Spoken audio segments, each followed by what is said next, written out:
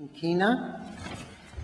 Sie kennen vielleicht schon meinen Ausspruch, die Volksrepublik China ist das größte KZ der Welt.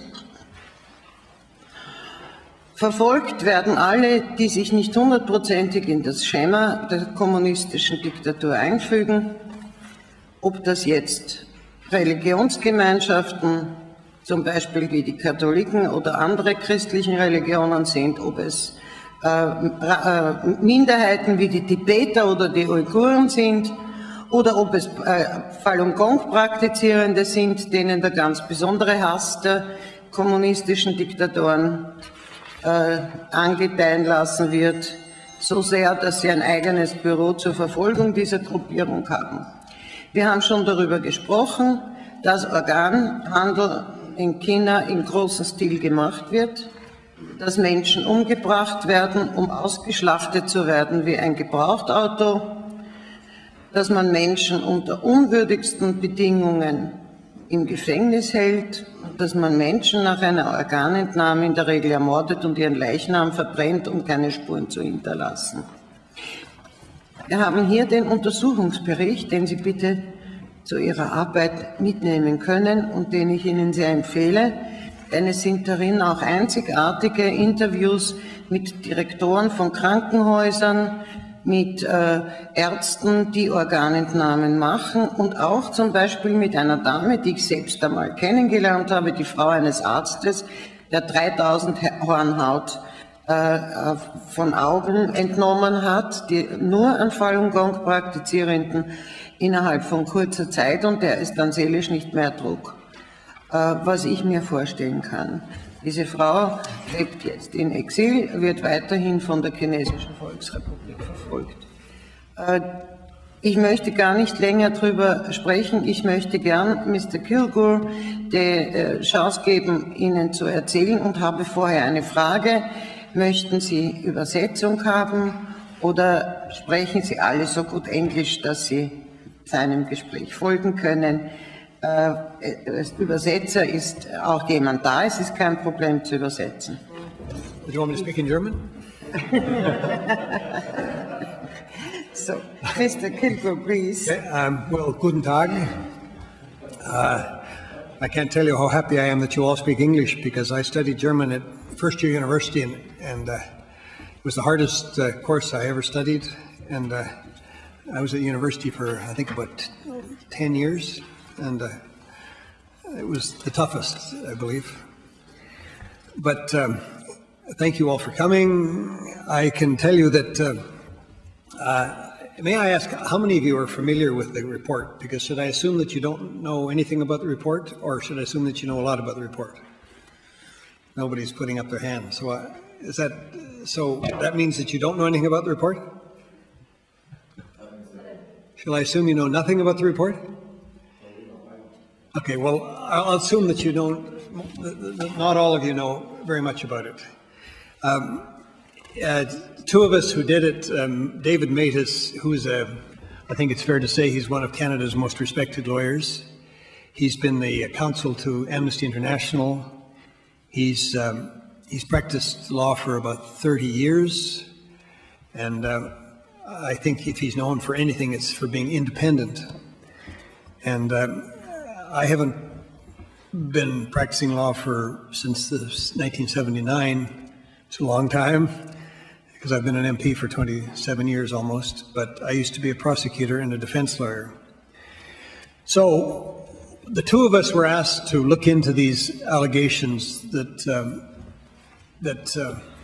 Falun Gong practitioners in China were being, in effect, killed, and their organs were being sold. A charge that was, as you will agree, I don't think has ever been made before of any government in human history. So we spent about 2 months looking at the evidence available to us. And I might mention here that we were invited to go to China by this famous lawyer, Gao Zhisheng, who sent a letter inviting us to come. We did not get visas, but as many of you probably know, the UN rapporteur on torture, Manfred Nowak, It took that office 10 years to get a visa to go to China, and he was in fact the third rapporteur on torture that had applied for it, and he did get it, but as you probably know, he was given anything other than free access when he was there. We knew we wouldn't get a permit, and so we had to rely on information that was available to us. And we, in fact, had about 18 kinds of evidence, proof or disproof, and we found that all 18 of them pointed in the direction of guilt, if you like, that this was happening.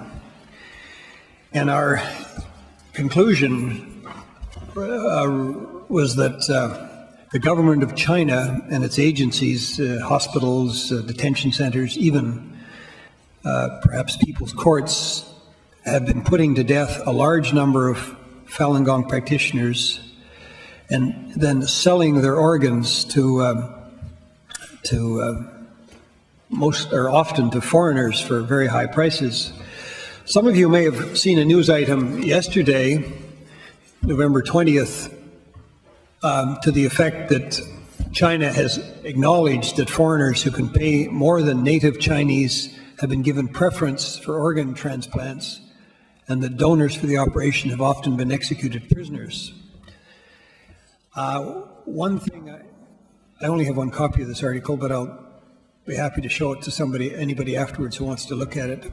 One point that's stressed in the article is that the new regulations that came into effect on July the 1st only apply to civilian hospitals.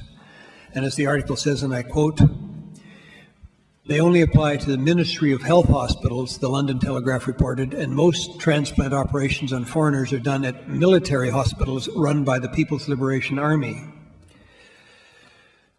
So we put out our report on July the 6th, which explains why we came to the conclusion we did, and the basis upon which we could reach that conclusion. If I may, just to take a moment, if you look, I think you've all got copies of the report? Has everyone got a copy of it? Yes. If you look at Appendix 14 at the back, it's a transcript of telephone investigations. Seite 37 auf Deutsch. The first one is the Beijing City Detention Center, and the conversation took place on the 8th of June of 2006. I should tell you that as a former prosecutor, I knew that people would say, well, what if these conversations were made up? So I looked at the telephone records, talked to the people who made the calls. We had an independent interpreter verify that the excerpts we've used here were in fact said. We have the tapes, which we've made available to people who want, serious people who want to see them. And I'm satisfied these calls did take place. There are about 15 of them here. And I'll just refer to the first one, where M, by the way, is the caller, and she's calling from North America. She asked, 46. "Do you have Falun Gong organ suppliers?" Mr. Lee, who's at the detention center, "We used to have yes." "And what about now?" Mr. Lee, "Yes." And then these, if you follow down, you can see for yourself, down at the bottom, how many of these, she's referring to male Falun Gong prisoners, do you have? Mr. Lee answers, 7, 8. We have at least 5 or 6 now. Are they from the countryside or from the city? Mr. Lee, the countryside. Well, you can draw your own conclusions from that, but from the 15 conversations that you'll see in the appendix, we took those to be highly inculpatory statements made by officials at different institutions across the country. There's a map in the report showing where these 15 institutions are located.